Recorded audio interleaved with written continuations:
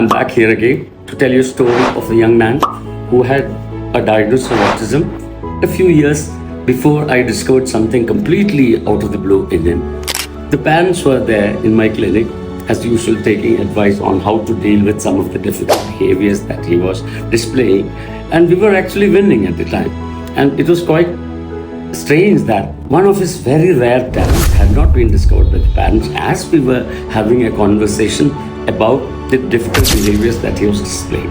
I was having a look at him and I saw that he was drawing on a little piece of ticket very, very intricately. I asked him, can I have a look at that paper? And in that little piece of paper, he had drawn elephants, hundreds of people, umbrellas and glitz, all within the same little space. It came as a surprise to me that parents had never noticed that he had these artistic skills, and they just focused on his autism. And they said he had no social awareness, he had no social skills, he would not make friends. How much ever they tried to bring in friends at home, he would not interact with them. So it was all focused on what he did not have.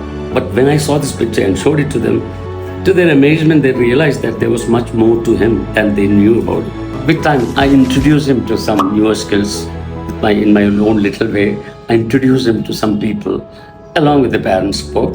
And today he's a well-known book cover illustrator, and he also draws pictures for certain books where the illustrations are needed inside it.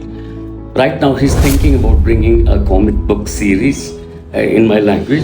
I'm really pleased to know that he has grown from strength to strength today, when the whole focus in the past was on his failures.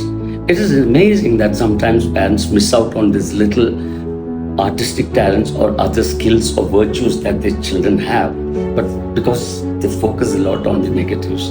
I do think every parent, whether they have autism or whether they have none of these conditions, they should be focusing on their child's positives and work on it and find, if there are any difficulties, ways to go around it so that they come out with their best potential. Please do revert back to me with any questions and I shall be happy to answer to them. Thank you.